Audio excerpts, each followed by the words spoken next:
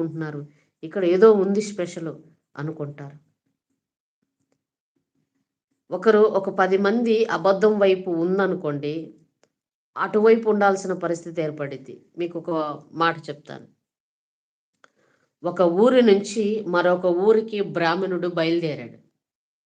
అతను వెళ్తా వెళ్తా గొర్రె పిల్లను తన భుజం మీద వేసుకొని ఈ ఊరు నుంచి ఆ ఊరికి బయలుదేరుతున్నాడు. దానిని ముగ్గురు దొంగలు పసిగట్టారు.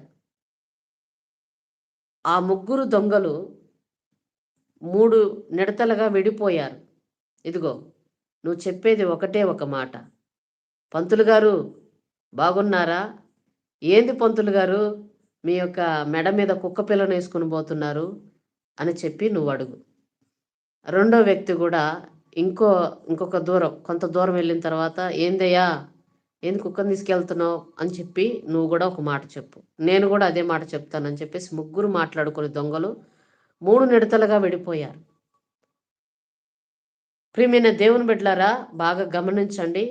అతను ఆ గొర్రె పిల్లను వేసుకొని వస్తుండగా మధ్యన అక్కడ అతను దొంగ అంటాడు, ఏంది పంతులు గారు, ఏంది గొర్రె పిల్లను తీసుకొని కుక్క పిల్లను తీసుకొని వెళ్తున్నారు?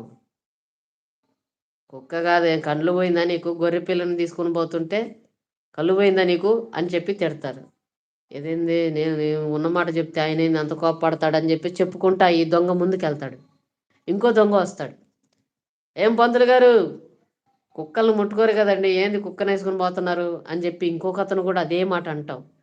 ఇతనికి కొంచెం డౌట్ వస్తుంది. ఏందప్పా, కుక్క అంటారు, మేక పిల్లని కదా నేను పట్టుకుపోతుంది, గొర్రె పిల్లని కదా నేను పట్టుకుపోతుంది, కుక్క అంటారేంది అని చెప్పి కొంచెం డౌట్ పడతాడు. ఇంకొంచెం దూరం పోయిన తర్వాత ఇంకో దొంగ అంటాడు, ఏందయ్యో, కుక్కని ఆడగొన్నావు, ఏంది మీరు కుక్కలను కూడా పెంచుకుంటున్నారా ఈ మధ్య అంటాడు.